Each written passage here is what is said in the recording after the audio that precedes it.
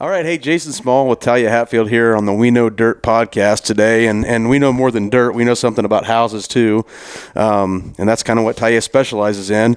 And we just wanted to get on here today and talk a little bit about things people can do to get their houses ready to sell. There's so many times people call and they're not really ready to sell. And if they can, a few steps, there's a few things you kind of have a guideline, a checklist.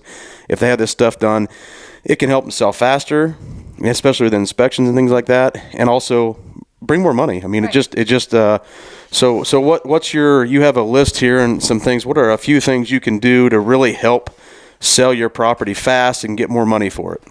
Yeah, the first thing that I really notice in our area is the majority of our homes are built prior to 1978. And if you want to target that first-time home buyer kind of community, I guess, there's a safety and sound inspection that's done on the appraisal, and that one of the big things on that is peeling and chipping paint. So prior to 78, lead was potentially in the paint, and that's a thing that gets dinged a lot on the appraisal. So if you have a home that's kind of around that range or older, it would be good. We're in nice weather, be a good time to go around and scrape all the paint and repaint things. That goes for your home or any outbuildings that you may have on your property. So all of those are taken into consideration. Another kind of guideline on those, and this is talking more like FHA, USDA, VA loans. That's when that safety and sound inspection is going to come into play. So electrical outlets near water sources, a lot of times those might be deemed to need to be GFIs. You need to have handrails on any stairwell or whatever. So those are just some things to keep in mind. And there's a few things that we have, some people here locally that do some inspections. Mm-hmm. I know here in Memphis locally, Jim Long does some inspections, and it's relatively inexpensive considering what it can be for time frame wise. I mean, I think $300, something right. that time, $250 to $500. You could have somebody like Jim come by there and basically give you a punch list of stuff to fix if you're thinking about selling. And it sounds like a lot of money. I mean, I know nobody wants to spend $300 or $400 or $500, but it can make you money. It can make you money. It can make your process way smoother because these appraisers are coming in here to look at this stuff. They're gonna ding you on something. I don't care if it's a new build.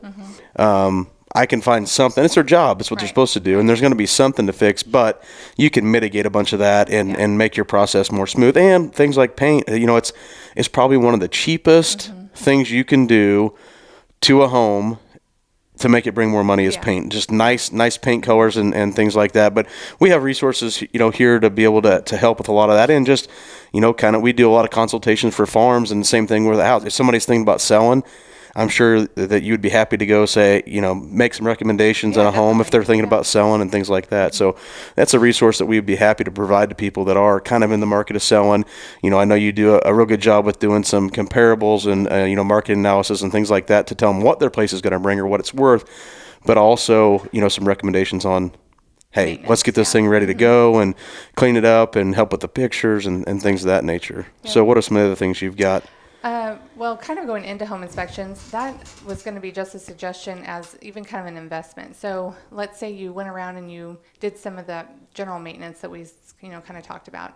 An inspector can even just let you know if you have an issue with something. So I know we had a listing earlier in the year, and they had some foundation issues, and the seller wasn't aware of that, and that really dinged on that the sale of that home. So finding those things out up front gives you the opportunity to get them fixed, and then you have a easier, smoother transition. And typically your home inspection, you could transfer that or provide that to a buyer, so that could just be something that they can review over.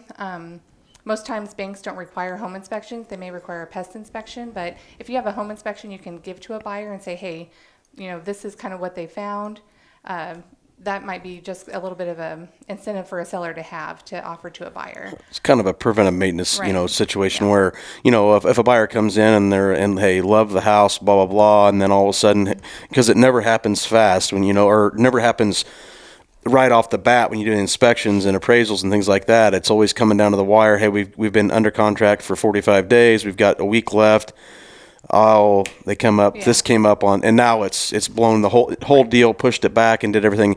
And if it's things that sellers can do to be preemptive in that regard. And if they're really going to sell, that's something that, the extra little bit of money that's going to take to do that. And some of it, it could be elbow grease stuff. Yeah. Or and how many times GFI plugs are not expensive. Right. The pop off, the valve off the water heater, that's something that gets hit on almost every single, they just don't have the piece of pipe coming off of it to where it doesn't spray or whatever. Right. So some really easy things that we know, depending on the buyer and the inspection, what kind of loan they're using, it's going to get hit. So if you can knock it out now, it definitely is going to save some time and make you money in the end. Yeah, definitely.